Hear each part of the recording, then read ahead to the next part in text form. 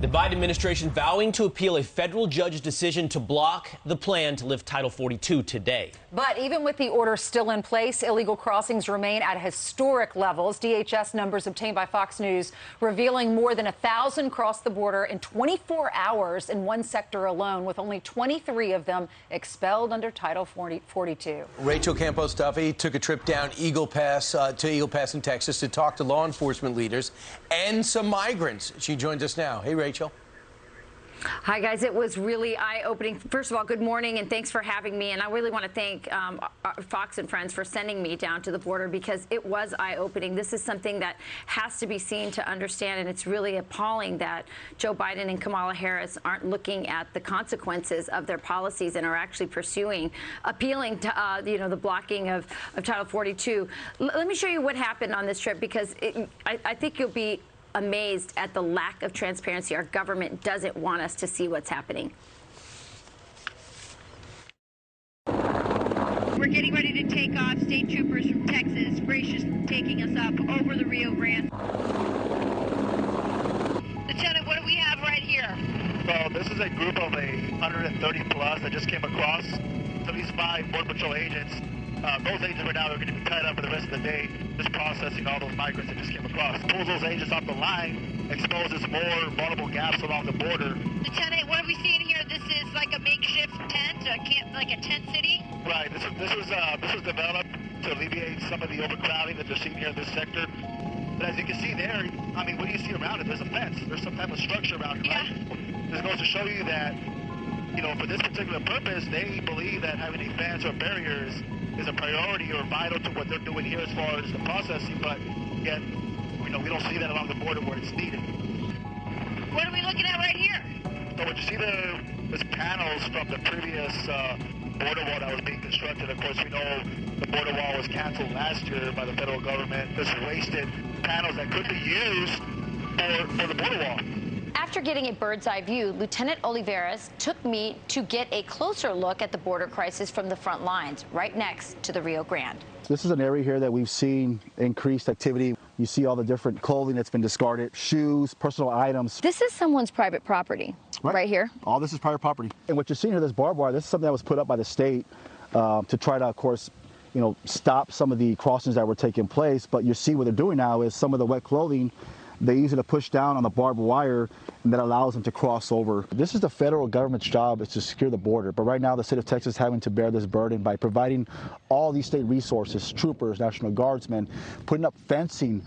This is all taxpayer money. This is a state-funded operation, and it shouldn't be that way, because the federal government, this is their responsibility, is to safeguard the Americans and to safeguard the border and to secure it. Who controls this area? I mean, honestly, is it the cartels? The cartels. They're using that messaging that, as far as that the border is open, to encourage these migrants to make this journey. Every person that crosses that river, whether it be a child, a woman, a family, they pay a fee to that cartel. I spoke to some Cubans that were interdicted this morning. Each one of them spent about $12,000 to the coyotes to get to this point right here because they're being arrested. We just saw a group of illegal migrants cross over here. So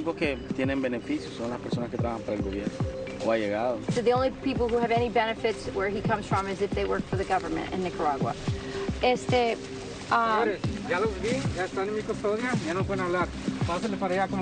So I started talking to them. They were willing to give me an interview, but then the Border Patrol came and said, now you're in my custody, you can't talk to them, the media, anymore. So this is just another example of how the federal government doesn't want us to know what's going on. I've been shocked by the lack of transparency, and I don't blame Border Patrol. That's a good question for the federal government to answer that, right? I mean, they need to be transparent on what's taking place, because this affects everybody. It doesn't affect the state of Texas. Every state right now is a border state because of this crisis. Probably one of the saddest things I've seen is the children that are coming across.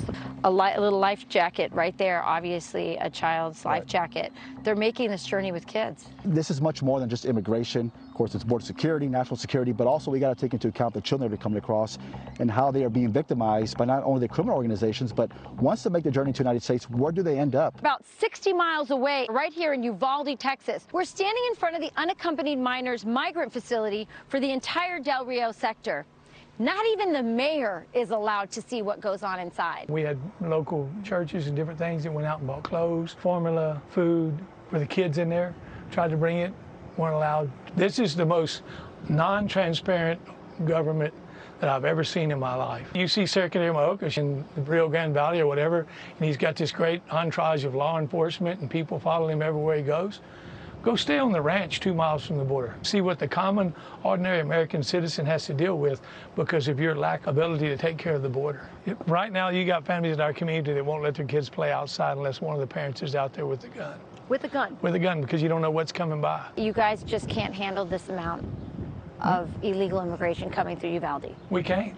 They've already pulled most of our agents out here to go to process them sooner so they can process them. So they don't plan to send these people back.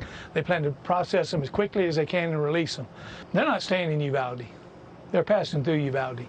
So they're going to your community. You're going to your big cities. You're going to the East Coast. You're going to the West Coast and to Mid-America. It was just an incredible trip, so eye-opening. I've been in touch with Lieutenant Olivares, who you saw in that piece. He sent me this weekend this photo.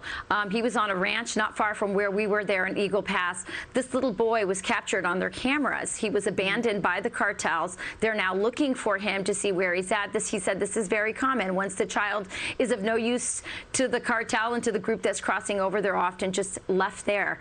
The mayor, and by the way, I've just been praying all weekend for him. He's the same age. He actually looks a little bit like my little boy. I mean, it's just, I cannot tell you how heartbreaking it is. The mayor of Uvalde told me that while he can't get into the facilities, even though he's had churches, willing to go in to help the migrant minor center, they wanted to minister to the kids, read to them, bring toys. They're not allowed to do anything. They're never allowed to get in there or see anything. They do see occasionally 11, 12, 13-year-olds in the hospital, in the local hospital in Uvalde, delivering babies. So we know that children are being mistreated and victimized coming across this border. Our government knows that. And frankly, we are all complicit in it because this is happening. Our government knows it, and they're continuing to do this. The takeaway for me from this trip, Ainsley, Brian, and Will, is that this is not about security. This was entirely a processing program for our federal government. Instead of sending people back, they just build bigger processing centers so they can move people through quicker and then send them out to the rest of the country. Rachel, they'll remain in Mexico in Title 42. They're ignoring the Remain in Mexico policy. And in Title 42, they've already transferred it. They're already basically letting people through anyway. You get here, you're in. That's what you walk away from. What a great report you did. And to see that fence, that wall sitting on the ground that we paid for, we are paying to store it instead of assembling it and putting it up with the technology that would help the people that you were working with today. Yeah, it was so incredible to be up above in that helicopter, and you see this new tent city processing center surrounded by a wall because our government doesn't want us to know what goes on in there. And then right next to it, the rusting Trump walls, by the way, which the state of Texas offered to pay for and put up themselves. And the federal government said, no, we just are going to leave it there rusting. We paid for the contracts to put it up. No one's working. The walls are sitting there. All right, Rachel, great job. It's a great piece. It takes us behind the scenes and onto the front lines of seeing exactly what's happening on this immigration hopefully crisis. They'll find that little boy. I can't imagine as a mom what goes through their head when they just say to their child, their young child, just go with these strangers. Just go. Yeah, Rachel, excellent job. Thank you, Rachel. Thank you. I'm Steve Ducey. I'm Brian Kilmeade. And I'm Ainsley Earhart. And click here to subscribe to the Fox News YouTube page to catch our hottest interviews and most compelling analysis.